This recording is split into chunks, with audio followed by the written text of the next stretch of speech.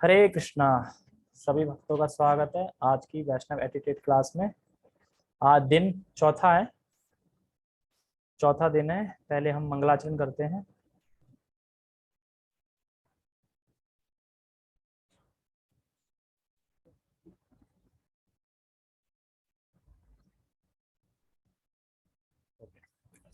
ओम अज्ञानतिमिरान्धस्य ज्ञानञ्जनशलाकया चक्षुरुन्मीलितं येन तस्मै श्रीगुरुवे नमः।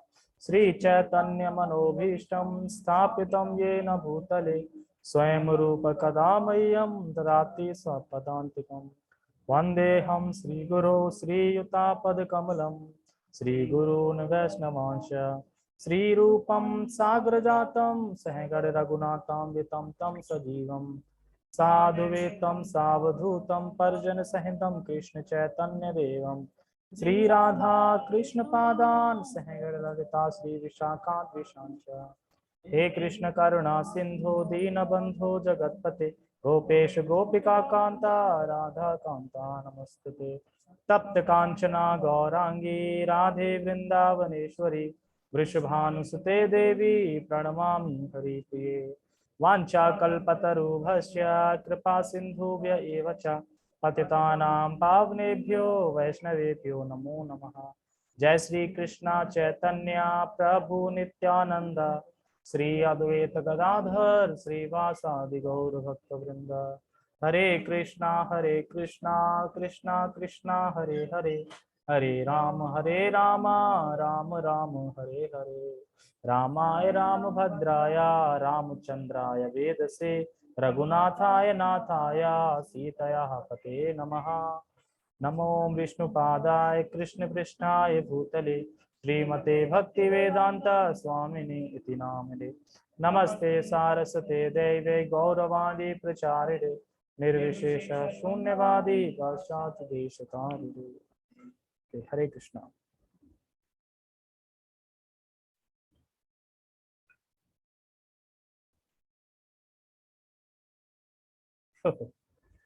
अच्छी बात है। हरे कृष्णा, दंडवत प्रणाम। अच्छा, हाँ, अब बोल सकते हैं। अगर कोई क्वेश्चन हो बीच में इसी से जुड़ा हुआ तो बीच में पूछ सकते हैं। स्पीकर लगा लिया है मैंने, तो इसमें आवाज आएगी, ठीक है। और बाकी म्यूट रखना हमेशा, नहीं तो रिकॉर्डिंग में दिक्कत होगी। ठीक है, एक सेकेंड। हाँ, तो वैष्णव एडिट का चौथा दिन है और हम पढ़ेंगे व्यक्तिगत आदतें। जो हमारी आदतें हैं वो भक्ति में, अगर हम प्रगति करना चाहते हैं, भक्ति में आगे बढ़ना चाहते हैं, तो हमारी आदतें कैसी होनी चाहिए। ठीक है, तो पढ़ते हैं। नंबर 1 पॉइंट है, जो व्यक्ति आध्यात्मिक जीवन के प्रति गंभीर है उन्हें प्रातः शीघ्र यदि संभव हो तो ब्रह्म मुहूर्त में सूर्य उदय से 1.5 घंटे पहले उठना चाहिए। हाँ, ब्रह्म मुहूर्त में। एक्चुअली सूर्य उदय से पहले 1.5 घंटे का टाइम जो होता है वो ब्रह्म मुहूर्त का होता है। जो, हाँ, मतलब वो उसके लिए है कि सूर्य उदय से बाद जग रहे हैं, उससे पहले तो सूर्य उदय से पहले जगो। लेकिन जो ब्रह्म मुहूर्त का टाइम होता है उसमें भक्ति अच्छे से होती है, सतोगुण का टाइम रहता है। और इसमें लिखा है ना, जो गंभीर है, एक्चुअली जो भक्ति में बढ़ना चाहता है, गंभीर है जो, उसे तो जगना ही जगना है, शीघ्र जल्दी जगना है और आगे बढ़ना है। ठीक है, तो इससे हम सीख रहे हैं कि हमें जल्दी सुबह उठना चाहिए। और जो गंभीर नहीं है वो भी सूर्य उदय से पहले तो उठ ही जाए। 5:30, 5:30 तक तो, 5:23 पे उग रहा है ना, तो 5:30 भी लेट हो गया है ना। तो ब्रह्म मुहूर्त का टाइम फिर सूर्य उदय से 1.5 घंटे पहले होता है ब्रह्म मुहूर्त। ब्रह्म मुहूर्त अभी 3:30 चल रहा होगा, 4 वही मान लो। हाँ, वही टाइम रहता है। ठीक है, उसके पश्चात क्या करना है? जगने के बाद फिर सो जाना है? नहीं, फिर नहीं सोना है। उसके पश्चात ठंडे पानी से स्नान करके स्वच्छ वस्त्र पहनने चाहिए तथा दिन के कार्यों का शुभारंभ करना चाहिए। तो जग गए, जगने के बाद ठंडा पानी से मतलब ये नहीं कि बर्फ का पानी होना चाहिए। ठंडे पानी का मतलब है नॉर्मल पानी और ताजा पानी। ताजा मतलब जो मोटर से निकला हो वो ताजा पानी। हाँ, तो ठंडा पानी का मतलब वो ठंडा पानी नहीं जैसे अपन वो समझ रहे हैं। वो ठंडा पानी मतलब करने का ठंडा। नॉर्मल पानी जो भी हो उसके घर में उपलब्ध, नॉर्मल पानी, उससे नहा सकते। गर्म नहीं करना है मतलब पानी को। ठीक है, ओके, शुभारंभ करना चाहिए। और फिर स्वच्छ कपड़े पहनने चाहिए, तो कपड़े का रोल बहुत ज्यादा है। कपड़े कभी भी गंदे नहीं पहनने चाहिए, मतलब जैसे कि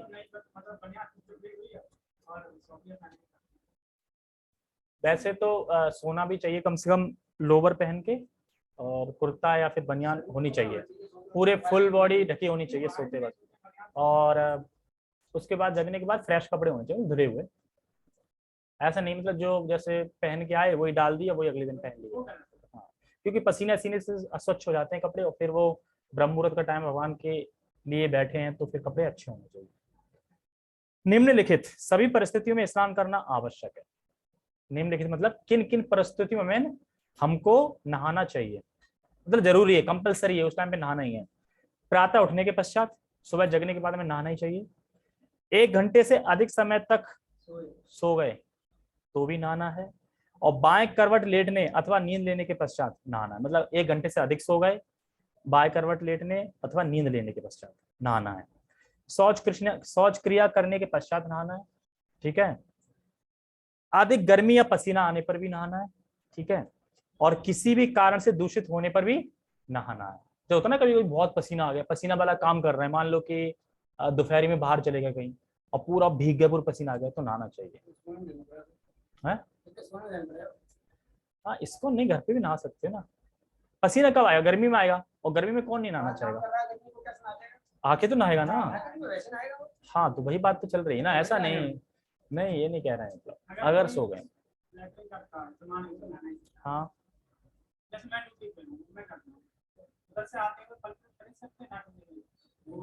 वैसे है तो अस्वच्छ हो गए, बॉडी तो अस्वच्छ ही मानी जाएगी। लेकिन एक काम कर सकते हैं कि अब कोई है नहीं विकल्प, तो फिर एक काम कर सकते हैं, पैसे दे दो, पैसे दे दो उसको, और उससे बोल दो कि बैग खोल के कि आप इसमें डाल दो, टच मत करो हाथ से। अब क्या पता जो फल बेच रहा है वो बाथरूम करके आया हो, हाथ में धोए मुझको, क्या पता चल रहा है। तो वही तो। हाँ, लेकिन अपनी तरफ से तो हमको सावधानी बरतनी चलना है। दिन में बेसिकली गर्मियों में अगर नहा सकते हैं तो 3 टाइम, और नहीं तो 2 टाइम तो है ही। 2 टाइम तो कंपलसरी है, सर्दी हो या गर्मी हो। एक ब्राह्मण जो है, जो भक्ति कर रहा है, जो आगे बढ़ना चाहता है, 2 टाइम तो नहाना ही, सुबह शाम। लेकिन गर्मी में क्या होता है, गर्मी ज्यादा होती है ना, और दिन में कभी कभी सो भी गए, झपक भी गए, और दिन में गर्मी में से पूरे पसीने से हो गए, तो फिर दिन में भी नहा लेना चाहिए। जैसे कि एक नहा लिया मॉर्निंग में, मॉर्निंग में तो मॉर्निंग में नहा लिया, रात को ही। फिर उसके बाद आप 11-12 बजे पे नहा सकते हो, ठीक है। उसके बाद फिर शाम को इवनिंग में नहा सकते हो, 3 टाइम। लेकिन 2 टाइम तो कंपलसरी है ही, 3 टाइम का कोई जबरदस्ती नहीं है कि नहाओ, लेकिन 2 टाइम तो नहाना ही, ठीक है।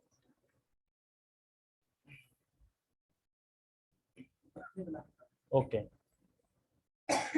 किसी भी कारण दूषित होने पर नहाना। किसी भी कारण दूषित होने का मतलब क्या है, जैसे कि कुत्ता है कोई, अब वो पूरा कीचड़ में आया और टच हो गया, पूरा बिगड़ गए कपड़े वपड़े तुम्हारे, दूषित हो गए ना। या फिर कोई व्यक्ति फ्रेश होके आया है, उसने तुमसे टच कर लिया, ठीक है, या हो गया, तो भी दूषित हो जाएंगे तुम। तो इस तरीके से दूषित हो गए तो भी नहा लेना चाहिए, ठीक है। व्यक्तिगत स्वच्छता एवं स्वास्थ्य तत्व, आरोग्य तत्व का पालन करें। नाखून छोटे छोटे तथा स्वच्छ हो। नाखून हमें छोटे छोटे रखने चाहिए, यानी हर 2 दिन में 3 दिन में कट कर देना चाहिए। और नाखून काटे गए नाखूनों को कूड़ेदान में डालना चाहिए, ठीक है, इधर उधर नहीं फेंकना चाहिए। ये व्यक्तिगत आदतें हैं, मतलब नॉर्मली जो आदतें हमारी, वैष्णव की आदतें कैसी होनी चाहिए उसके ऊपर चर्चा हो रही है। नहीं कोई बोले ये भक्ति में कहाँ से आ गया नाखून काटना। एक्चुअली नाखून काटोगे, स्वच्छ रहोगे, तभी तो भगवान के पास जाओगे, भगवान के साथ जाओगे, क्योंकि भगवान एकदम स्वच्छ है, वहां A to Z अच्छी चीज है। तुम जब अच्छे होंगे तभी तो प्रवेश मिलेगा, तुम गंदे तरीके से जाओगे तो कैसे मिलेगा प्रवेश, है ना। अब जैसे कोई शादी करने जा रहा हो, अब जा जाए गंदी शक्ल बना के, गंदे कपड़े पहन के, कीचड़ में लौट के पहुंच जाए मंडप में, तो क्या कहेंगे लोग। क्योंकि अच्छे काम के लिए जा रहे हैं, मंत्र पढ़ रहे हैं, वो तो वहां पे स्वच्छ होके जाएंगे ना। जाते ही सब स्वच्छ होकर, अपन जाते नहीं, शादी वादी में नहीं जाते नहा धो के। वैसे कहीं पहुंचे शादी में क्यों नहा धो के जाते, अच्छे दिखे ना। तो हम भगवान के पास जाएंगे तो अच्छे नहीं दिखने चाहिए। और इससे होता क्या है, इससे हमारा बॉडी स्वच्छ होती है, और स्वच्छ बॉडी सतोगुण का प्रतीक होता है। सतोगुण बढ़ता है तो हम भक्ति की प्रगति जल्दी से करते हैं। अब तुम देखना कि अब तुम फ्रेश हो के आए हो, माला पकड़ने का मन होगा, भक्ति वाले कार्य करने का मन ही नहीं होगा। मंदिर जाने में जब तो नहाओगे नहीं, अच्छा ही नहीं लगेगा। और भक्ति में जो भक्ति कर रहे हैं उन्हें मन ही नहीं करेगा, मतलब जब तक नहा नहीं लेंगे अच्छा ही नहीं लगेगा उनको। ऐसा नहीं का पड़े ही रहो पड़े ही रहो पड़े रहो, जब तक नहा नहीं लेंगे अच्छा नहीं लगेगा उनको। तो ये खुद से मतलब चीजें आने लगती है अंदर, ठीक है। कहाँ पे थे हम, हाँ। श्री रूप गोस्वामी दो दांतों की स्वच्छता के विषय में भी विस्तार पूर्वक लिखते हैं, वो आगे बताएंगे शायद। दो दांत मतलब दांत के बारे में कुछ। मूत्र विसर्जन करने के पश्चात इंद्रिय एवं हाथ पैर धोने चाहिए। शौच से आने के पश्चात अच्छी तरह साबुन लगाकर हाथ धोना चाहिए। ब्राह्मण दीक्षित भक्तों को शौच जाने से पूर्व अपने यज्ञोपवीत को दाएं कान पर लपेटना चाहिए, जो वो होता है ना, हाँ वो जनेऊ। प्रभु जी क्या बता रहे थे, तो नया नया में था तो जाने कितने जो जनेऊ थे वो चेंज करने पड़ते थे, कान में लगाना भूल जाते थे। और अब क्या हो गया, अब आदत बन गई है, वो अपने आप ही, मैं चाहे कुछ भी सोच रहा हूँ कुछ भी कर रहा हूँ वो अपने आप कान में बन जाएगा। ब्राह्मण दीक्षा, ब्राह्मण दीक्षा, वैष्णव भक्ति ब्राह्मण, अभी हमारी दीक्षा होगी वो तो कंठी माला होगी, उसके बाद ब्राह्मण दीक्षा होगी, उसमें जनेऊ मिलता है फिर। हाँ ठीक है, कहाँ पे थे, हाँ। प्रसाद ग्रहण करना, जप माला पर जप करना, कोई भी वस्तु अर्पण करना तथा किसी भी वस्तु का लेन देन करना, इन सभी कार्यों में राइट हैंड हाथ का प्रयोग करना चाहिए, दाहिने हाथ का। ठीक है, पैसे दे रहे हैं, माला दे रहे हैं, तो कुछ भी कर रहे हैं तो इस हाथ से नहीं देना चाहिए, सीधे हाथ से देना चाहिए। ओके। प्रतिदिन रात को साधारणतः 6 से 6.5 घंटे सोना चाहिए। अधिक नींद अथवा बिल्कुल कम नींद, ये दोनों ही कृष्ण भावनामृत के लिए अनुकूल नहीं है, क्योंकि कहते हैं ना अनुकूल से संकल्प है, प्रतिकूल सा वर्जनम। तो प्रतिकूल चीजों को हमें त्यागना है, अनुकूल चीजों को स्वीकार करना है। तो अनुकूल नहीं है, अगर हम 6 घंटे से कम सो रहे हैं तो भी अनुकूल नहीं है, और 6 घंटे ज्यादा सो रहे हैं तो भी अनुकूल नहीं है। 6 से 7 घंटे के बीच में सोना है। और वैसे हो जाता है ना, अगर 9 बजे सो रहे हैं 4 बजे जगना है तो कितने घंटे हो गए, 4 3 7 हो गए ना, 7 घंटे हो गए ना, ठीक है। क्योंकि 9 बजे लेटने पे जरूरी नहीं है कि 9 बजे नींद आ जाए, 9:30 तो बज ही जाते हैं। हाँ तो उसके हिसाब से फिर ज्यादा कम भी नींद लेंगे तो फिर क्या है, जब में नींद आएगी, जब में नींद आएगी दिन में भी आएगी नींद, तो दिक्कत होगी। ये कभी कभी हो जाए, निर्जला एकादशी आ रही है उसमें जग सकते हो रात, पूरी रात करके चैंटिंग कर सकते हो, ठीक है, ये कर सकते हो। ये नहीं मतलब जिसका जो कर सके उसी को करना है, नहीं तो पता चले कि उस दिन तो 100 माला करी और अगले दिन 16 भी नहीं हो पा रही, तो ऐसा नहीं करना है। सैटरडे नेक्स्ट सैटरडे की है, नेक्स्ट सैटरडे की है, और ज्यादा वो नहीं करना है कोई, मतलब ज्यादा वो नहीं करना, नहीं हमें निर्जला ही रहना है, रह सको तो रहना, नहीं रह सको तो फल पे रहना है, फल पे रहना है, बाकी कुछ नहीं खाना। जैसे बताते हैं जैसे एकादशी रखते हैं उससे एक दिन पहले शाम को भोजन नहीं करना चाहिए, नहीं वो इसलिए बताते हैं कि ताकि हाँ ज्यादा नींद तो तामसिक होती है, तमोगुण होती है, पर कम नींद राजसिक है, ये तो मैंने अभी सुना नहीं कि कम नींद राजसिक है, रजोगुण है। आप जो वो नींद बता रहे हो कि जो काम में लगे हैं, ज्यादा ही नौकरी पेशा कर रहे हैं, तो वो तो राज, सो नहीं रहे उसके, तो वो राजसिक हो गया तब तो। लेकिन किसी को मतलब कि नियमित रूप से ही नींद नहीं आती है, ठीक है, ओके आगे बढ़ते हैं। सोने के लिए भूमि पर अथवा कठोर पृष्ठभाग का प्रयोग करें, संभव हो तो आरामदायक कोमल एवं मुलायम गद्दे का प्रयोग वर्जित है। ऐसा नहीं अब गद्दा ले लिया, बढ़िया सोफा मंगाया और उसको ऊल उल के सो रहा है, ऐसा नहीं है। चटाई वगैरह हो, मतलब कठोर हो थोड़ा, एकदम सॉफ्ट ना हो, ऐसा वैष्णव के लिए, ठीक है। दाहिने करवट में सोना अति उत्तम है, यदि वह संभव ना हो तो पीठ के बल सोना चाहिए, पेट के बल सोना निषिद्ध है, पेट के बल नहीं सोना चाहिए, बट चित्त सो सकते हैं। और कौन सी करवट है इसमें, दाहिना मतलब सीधे हाथ का, तो सीधे हाथ करवट पे सो सकते हैं। भगवान की संपत्ति का उपयोग कम से कम एवं जिम्मेदारी पूर्वक करें, किसी भी प्रकार का खर्च करते समय स्वयं से प्रश्न करना चाहिए, क्या यह भगवान की सेवा को अच्छी प्रकार करने में सहायक है या नहीं। मतलब भौतिक चीजों में जो भी संपत्ति भगवान की है, हम पानी का यूज करें, बिजली का यूज करें, या कूलर का यूज कर रहे हैं, किसी भी चीज का यूज कर रहे हैं, तो हमें सोचना चाहिए कि क्या मैं यूज अभी सही कर रहा हूँ, मतलब फालतू तो यूज नहीं कर रहा हूँ। तो हमें भगवान की सेवा के लिए यूज करना चाहिए, फालतू यूज नहीं करना चाहिए। जैसे बल्ब चालू ही रह गया, क्या है मतलब, कोई दिन में बल्ब चालू है तो यूज है, कोई नहीं यूज है, दिन में तो है ही सूरज। तो इस तरीके से खर्च नहीं करना, क्योंकि ये संपत्ति भगवान की है और उस हिसाब से हमें खर्च करनी चाहिए, क्योंकि हर चीज का ऐसा नहीं है कि अब खूब है तो खूब भाव, ऐसा नहीं, ठीक है।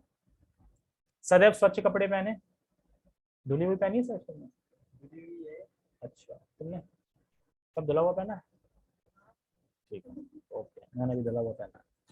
तो धुले हुए मतलब स्वच्छ मतलब धुले हुए कपड़े पहनने हैं, ऐसा नहीं कल के पहनने, ठीक।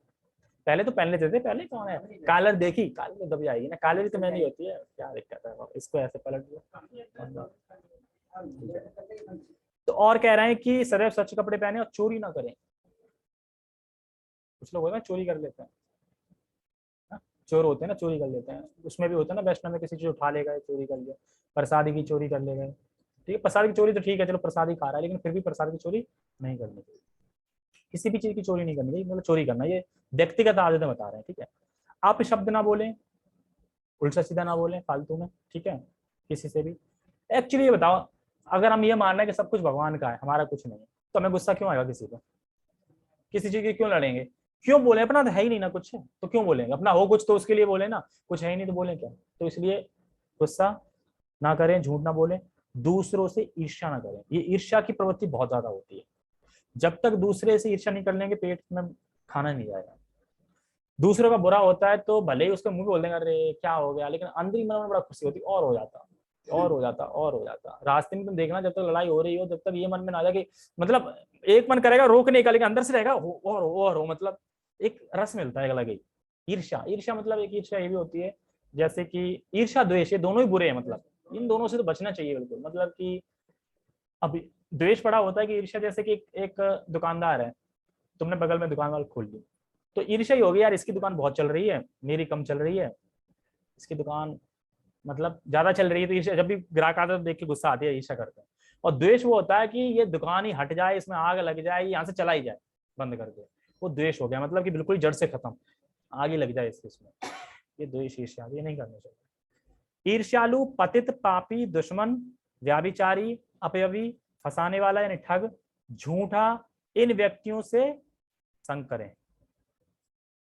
अच्छा, देखा सुन रहे कि नहीं? संग ना करें। उसी प्रकार व्यभिचारी स्त्री पुरुष से संग ना करें। तो हमें इन लोगों का संग नहीं करना है। संग दे सकते हैं पर संग करना नहीं है। अगर हम ग्रुप में भक्ति कर रहे हैं, ग्रुप में लोग हैं, तो हम संग दे सकते हैं। अकेले हैं तो तुम संग दे नहीं पाओगे, ले लोगे संग, है ना, अकेले कहाँ बोल पाओगे कुछ। लेकिन संगे शक्ति है ना, कलयुग संगे शक्ति, तो संग में होंगे तो कोई भी एक होगा तो तुम सामना कर सकते हो, भक्ति बारे में बता सकते हो। तो ईर्ष्यालु जो है उसका संग नहीं करना, पतित है उसका नहीं, पापी का नहीं करना, दुश्मन, फंसाने वाला, ठग, झूठा, इन सब से हमें संग नहीं करना। अकेले प्रवास ना करें। प्रवास क्या होता है, ये मुझे समझ में नहीं आया। अकेले प्रवास, अकेले रहना, हाँ यही हो सकता है कि अकेले ज्यादा टाइम अकेले ना बिताएं, क्योंकि अब पता नहीं प्रवास करना, कोई किसी को पता हो तो वो बता सकता है। ठीक, इसको हम छोड़ देते हैं, इसको मैं बता मतलब पता करके तब बताऊंगा। अकेले प्रवास ना करें। प्रवास यही हो सकता है, अकेले प्रवास ना करें मतलब कि अकेले ना जाएं। चलो अभी इसको हम छोड़ देते हैं। छींकते समय अथवा जमाई लेते समय हाथ से मुख को ढक लें।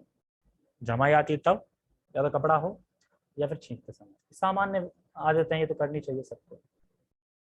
जोर से ना हंसे, हा हा हा हा, कुछ लोग होते हैं ना जोर से हंसते हैं एकदम, वहां तक आवाज सुनाई पहुंच जाती है जोर से, ये भी बेकार है। जोर से नहीं हंसना चाहिए। जोर से गेट भी बंद नहीं करना चाहिए। हमें लगता होगा कि कुछ नहीं है, तुम यहाँ बैठ जाओ, मैं एक बार गेट जोर से बंद करूंगा, दूसरे में डिस्टर्ब होने लगेगा उससे, अरे यार क्यों कर रहे हो गेट बंद, मतलब माइंड में क्षुद्र करने लगेगा वो चीज। तो इसलिए गेट बंद जोर से नहीं करना चाहिए, दूसरे को परेशानी होती है।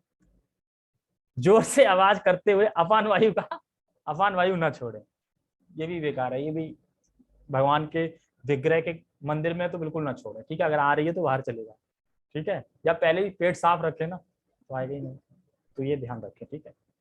ओके, आगे क्या है? रात्रि के समय शमशान, उद्यान एवं व्यभिचारी स्त्री का संग ना करें। रात के समय स्त्री का संग ना करें अकेले, और या फिर शमशान चले जा रहे हैं अकेले, ये सब चीजें नहीं जानी चाहिए अकेले।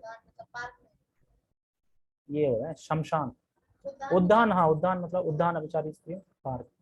पतित व्यक्तियों का आश्रय ना लें।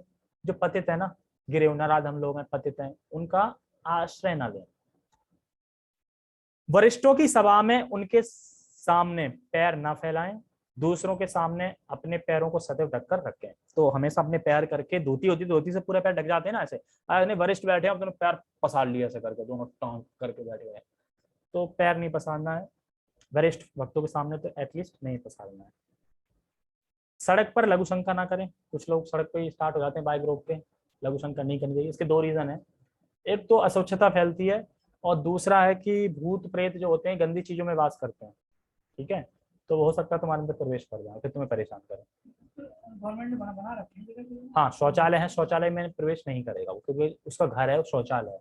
बाहर रोड पे कहीं भी कर सकते हैं, कोई भी पापी आत्मा घूम रही हो, हर पेट्रोल पंप पे शौचालय होता है। हाँ तो वहां कर सकते हैं शौचालय। नहीं तो पानी ऑफिस में करके ही निकले ना, 1 घंटे में तो घर आ ही जाएंगे ना। हाँ तो वो फिर देखें, ध्यान रखें। प्रभु जी अकेले प्रवास का मतलब गूगल में अकेले घूमना दिखा रहा है। हाँ तो भाई ये अकेले घूमना मतलब क्या है, अकेले घूमने मतलब क्या है, उल्टी सी थॉट आएंगी ना। मान लो भक्त संघ है तो भक्तों के से बात करोगे, अकेले तुम क्या करोगे? अगर अकेले होता तो फिर तो कही देना प्रभुपाद जी जाओ जंगल में जाओ भजन करो, क्यों संग बोल रहे हैं?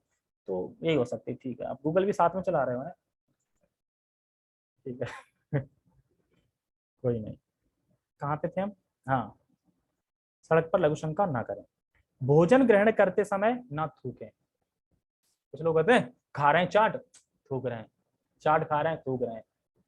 मैं एक्चुअली मैं देखता हूँ, जैसे कभी कभी देखा है 4 व्हीलर वाले जो 4 होते हैं ना, 4 व्हीलर वाले इतना साला वो गुटखा खा लेंगे और फिर खोल के ऐसा गुटखा थूकेंगे, पूरी उतनी रोड गीली हो जाएगी, इतनी इतना मुंह ऐसा मन करता है कि इनको पकड़ो, दिखाओ ये क्या है मतलब। यार पूरा एक तो एक गड़ी निकाल देते हैं पूरा, इतना मुंह भर के रखते हैं। तो ये सब चीजें नहीं करनी है, बहुत गलत है। प्रवास मतलब है कि अपना देश छोड़कर किसी अन्य देश में रहने का भाव। अच्छा ये भी है, हो सकता है अलग अलग मीनिंग निकल के आ रहे हैं प्रवास के। प्रवास मतलब अकेले ही हो गया ना एक तरीके से, चाहे देश छोड़ के जा रहे हो, अकेले रह रहे हो। ठीक है, ओके। फोकस क्लास, कहाँ पे थे हम? हाँ, ना थूके। स्वयं के बच्चे अथवा शिष्यों के अतिरिक्त किसी को भी सिखाने के लिए गुस्सा ना करें। अगर जैसे हम किसी को टीचिंग कर रहे हैं, किसी को सिखा रहे हैं, तो अगर अपना बच्चा है हम उसी पे गुस्सा दिखा सकते हैं, दूसरे के बच्चे पे गुस्सा नहीं दिखा सकते। ठीक है, अपने बच्चे को डांट सकते हैं, दूसरे के बच्चे को नहीं डांट सकते, गुस्सा कर सकते हैं। और जो गुरु है वो अपने शिष्यों पे गुस्सा कर सकते हैं। ठीक है, किसी के सिर पर ना मारे और ना ही बाल खींचे। बाल तो नहीं खींचते तुम, किसी के सर पे नहीं मारना चाहिए और किसी के बाल नहीं खींचने चाहिए।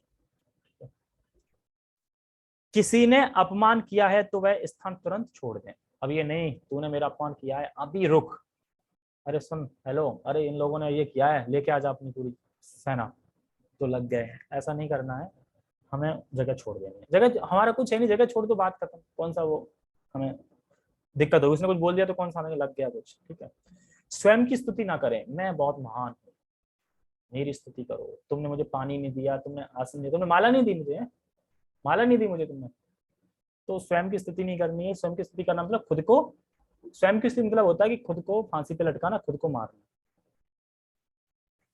नग्न स्त्री अथवा पुरुष या उनका चित्र देखना टालें। नदी या तालाब के पानी में थूके नहीं। मुख या नाक में हाथ डालने के पश्चात हाथों को धो लें। ये तो पता होगा तुम्हें कि नहीं? कुछ लोग देखा जप में लगे रहते हैं ऐसे करके। हाथ धो।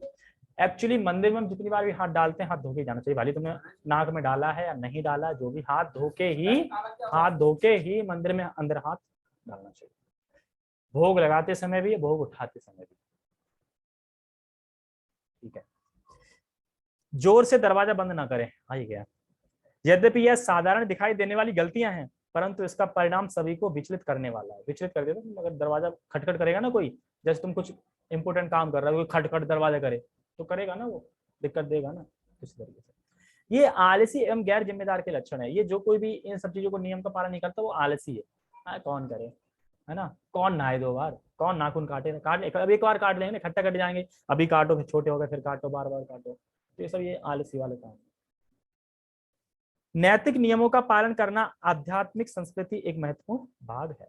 कीर्तन, इसमें कीर्तन के बारे में बताया जाएगा कि कीर्तन कैसे करना चाहिए, कीर्तन किस स्वर में गाना चाहिए, ये सब चीजें। तो इसको जल्दी जल्दी पढ़ लेते हैं, इसमें कुछ इतना खास है नहीं। ठीक है, मंदिर में अथवा अन्य सत्संग के स्थान पर कीर्तन का प्रतिनिधित्व करना एक बड़ा सम्मान है, क्योंकि वह भक्त विग्रहों के समझ सभी भक्त वृंदों का प्रतिनिधित्व कर रहा होता है। अतः उपयुक्त बातों की पूर्ण जानकारी रखते हुए तथा वरिष्ठ भक्तों की आज्ञा होने पर ही किसी भक्त को कीर्तन का प्रतिनिधित्व कराना चाहिए। जैसे कीर्तन है वो, उसमें कुछ रूल्स होते हैं, तो जब हम किसी कीर्तन में किसी भाग दे रहे हैं तो उसको समझा दें क्या क्या कीर्तन के वो रूल हैं। ऐसा नहीं कुछ अलग ही लय में गा रहा है, कुछ अलग ही अपना उठ के नाचने लगा, ठीक है। तो ये सब चीजें केवल प्रमाणिक भजनों को ही गाएं, जैसे वैष्णव भजन है अपने प्रमाणिक भजन है उनको ही गाना चाहिए, ऐसे फिल्मियों को नहीं गाने चाहिए जो आजकल तथाकथित यूट्यूब पे आ रहा है ना, कोई भी गाने लगे, ठीक है। पता चले देवी माँ के गाने गा रहे हैं कृष्ण के सामने मंदिर में। कीर्तन के अंत में बोली जाने वाली प्रेम ध्वनि प्रार्थना, बोलते ना जय ओम विष्णुपाद, जय ओम विष्णुपाद परावर के चार, ऐसे बोलते ना कुछ, प्रभुपाद की जैसे करके। तो अंतिम जो बोलते हैं ना, जो वरिष्ठ वैष्णव होते हैं वो बोलते हैं, मतलब कोई गा रहा है लेकिन जब बोलना होता है तो वरिष्ठ वैष्णव उसको बोलते हैं, ठीक है। जैसे गोपी गोपिका राधा विशाखा लता की जय, नामाचार्य ठाकुर की जय, जो पूरा बोलते हैं ना लास्ट में, उस चीज के बारे में बोलते हैं। मंदिर में उपस्थित सबसे वरिष्ठ भक्त जैसे शील प्रभुपाद के शिष्य या सन्यासी द्वारा उच्चारित की जानी चाहिए। हमारी परंपरा के महत्वपूर्ण व्यक्तियों के आविर्भाव दिन अथवा तिरोभाव दिन जैसे महत्वपूर्ण सत्संगों के अलावा अन्य सभी सामान्य सत्संगों के समय प्रामाणिक प्रेम ध्वनि प्रार्थना ही बोली जाए। विशेष सत्संगों के समय दिन विशेष के अनुसार अन्य प्रेम ध्वनि के साथ ही उस विशेष व्यक्ति का गौरव भी करें। तो जैसे जैसे किसी का पेरेंट्स डे आता है, डिसअपेरेंस डे आता है, तो उनका करते हैं ना, उनके बारे में बोलते हैं ना, उनका भी जय जयकार करते हैं कि शीला भक्ति विनोद ठाकुर की जय बोलते हैं ना, उनके बारे में बताते हैं। तो उसी टाइम पे मतलब जब उनके आविर्भाव दिवस है उस टाइम पे दिन के अलग अलग समय के अनुसार निश्चित भजन निश्चित राग में ही गाना चाहिए। उदाहरण जैसे मंगल आरती, संसार दावा, नलनी रोका तथा महामंत्र गाते हैं, एक विशेष राग में ही गाई जाए, मतलब जो ध्वनि है उसकी उस धुन में गानी चाहिए। कीर्तन का प्रतिनिधित्व करते समय उन्हें साधारण राग में गाना चाहिए जिससे उपस्थित भक्त सरलता से गा सकें। अब ये नहीं बना हरे कृष्णा, अब उसने टून ऐसी बनाई कि सामने वाले समझ ही नहीं पाए क्या टून है, वो सोच रहे हैं कैसे, तो उल्टा करने लगे कुछ। तो सरल सिंपल भाषा होनी चाहिए कि सामने वाले जो हैं जो रिपीट करेंगे वो भी समझ सके और कर सके। माना होना तो ज्यादा डिफिकल्ट दे देते हैं टून, तो पता नहीं चलता कौन सी टून थी एकदम, तो सिंपल टून में गाना चाहिए। अन्य भक्तों को प्रमुख गायक के राग में ही भजन को गाना चाहिए, इसलिए प्रमुख गायक के शब्दों को ध्यान से सूक्ष्मता से सुने कि वो क्या गा रहा है, उसके हिसाब से फिर रिपीट करना चाहिए, ठीक है। सभी भक्तों को एक ही स्वर में अत्यंत उत्साहपूर्वक गायन करना चाहिए। मृदंग तथा करताल वादकों को प्रमुख गायक के आसपास रहना चाहिए, प्रमुख गायक की ओर अच्छी तरह ध्यान देते हुए उसके गायन के वेग के अनुसार वाद्य यंत्रों के वेग को कम ज्यादा करके सदैव मेल बिठाते थे, है ना। हरे कृष्णा हरे एकदम जल्दी जल्दी हो जाएगा, फिर स्लो हो जाएगा, तो जो करताल वाले हैं मृदंग वाले वो देखते हैं कि कैसे कैसे गा रहे हैं, उसके हिसाब से वो सुरताल मिठा के गाते हैं, नहीं कि वो थोड़ा स्पीड में कर रहा है तुमने वहां स्लो कर दी मृदंग, तो वो स्वर खराब हो गया, फिर दिक्कत हो जाएगी। प्रातःकालीन कार्यक्रमों का सामान्य क्रम निम्न प्रकार से, सबसे पहले संसार दावा नल प्रार्थना होती है, फिर पंचतत्व मंत्र होता है, फिर हरे कृष्ण महामंत्र होता है, फिर हरि हराय नमः कृष्ण यादवाय नमः। कीर्तन का लगभग आधा भाग हरे कृष्ण महामंत्र का गायन होता है, जो अपना मॉर्निंग प्रोग्राम है। प्रातःकालीन कार्यक्रम के समय गाए जाने वाले गुरुअष्टकम, नरसिंह आरती, तुलसी आरती इत्यादि अलग अलग प्रार्थनाओं की प्रत्येक पंक्ति केवल एक बार ही बोली जाए।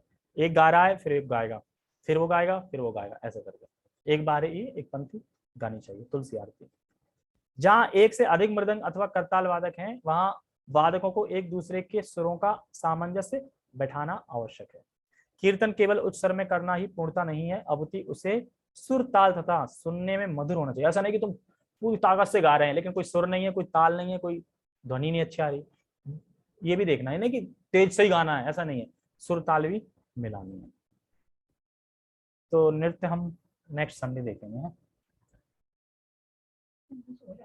कितना है? 28 तो हुए पर काफी है ना, बड़ा आराम से करते ना, कोई कहीं जा रहा है क्या? है? कर लो, कर लें। जूम वाले क्या बोल रहे हैं, बोलो, बोल के बता सकता, कर लें।